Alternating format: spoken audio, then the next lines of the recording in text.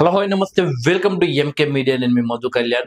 ముషీరాబాదులోని మూసి నిర్వసిత ప్రాంతంలో ఉన్న ప్రజలకు ధైర్యం చెప్పేందుకు ఈ రోజు మాజీ మంత్రి కేటీఆర్ గారు అక్కడికి వెళ్ళడం జరిగింది.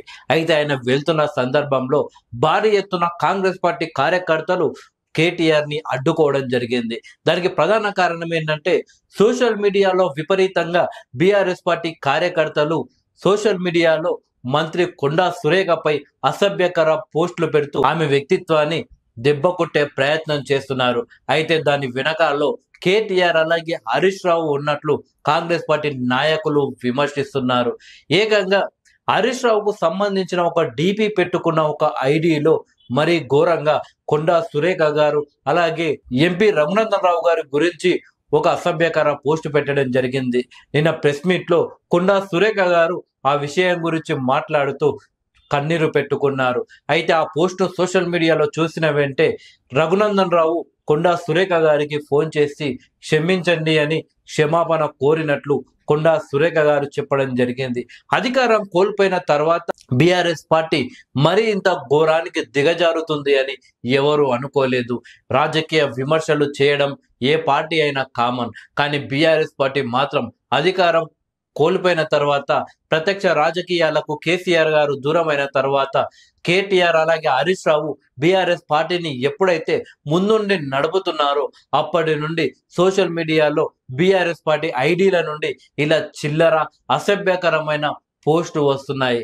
అయితే కాంగ్రెస్ పార్టీలో ఏ నాయకుడినైనా సరే కానీ బీఆర్ఎస్ పార్టీ లీడర్లు బీఆర్ఎస్ పార్టీ కార్యకర్తలు సోషల్ మీడియాలో తిట్టినా కానీ పెద్దగా పట్టించుకోలేదు. ఆఖరికి సీఎం రేవంత్ రెడ్డి గారిపై రోజు ఘోరమైన పోస్టులు బీఆర్ఎస్ పార్టీ కార్యకర్తలు పెడుతుంటారు. అయినా కానీ ఈ కాంగ్రెస్ పార్టీ కార్యకర్తలు పట్టించుకోలేదు. కాంగ్రెస్ పార్టీ ఎలాగో పట్టించుకోవట్లేదు అని బీఆర్ఎస్ పార్టీ కార్యకర్తలు మితిమీరి ఒక మహిళ అని చూడకుండా కూడా మహిళా మంత్రిపై ఇష్టం వచ్చినట్లు పెట్టడంతో కాంగ్రెస్ పార్టీ కార్యకర్తల సహనం కోల్పోయి ఈరోజు కేటీఆర్ ని అడ్డుకోవడం జరిగింది. ఆ దెబ్బతో బీఆర్ఎస్ పార్టీకి సంబంధించిన కార్యకర్తలు అక్కడి నుండి పారిపోవడం జరిగింది. గతంలో మనం చూస్తే ఆదివాసీ బిడ్డ అయిన మంత్రి సీతక్క గురించి కూడా ఇలాగే బీఆర్ఎస్ పార్టీ కార్యకర్తలు సోషల్ మీడియాలో ఇష్టం వచ్చినట్లు పోస్టింగ్లు పెట్టారు. ఇప్పుడు కొండా సురేఖ గారి గురించి కూడా పెట్టారు. కాంగ్రెస్ పార్టీ కార్యకర్తలు కాంగ్రెస్ ని అధికారంలోకి తెచ్చారు. ప్రస్తుత పరిస్థితుల్లో బీఆర్ఎస్ కంటే బలమైన శక్తి కాంగ్రెస్ దగ్గరనే ఉంది. కేటీఆర్ గారు కేసీఆర్ గారి కుటుంబంలో కూడా ఆడవాళ్ళు ఉన్నారు.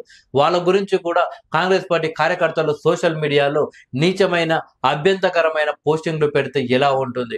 కానీ కాంగ్రెస్ పార్టీ మాత్రం అలా చేయకుండా ఇప్పటికైనా ఆపండి అని బీఆర్ఎస్ పార్టీకి చెబుతుంది.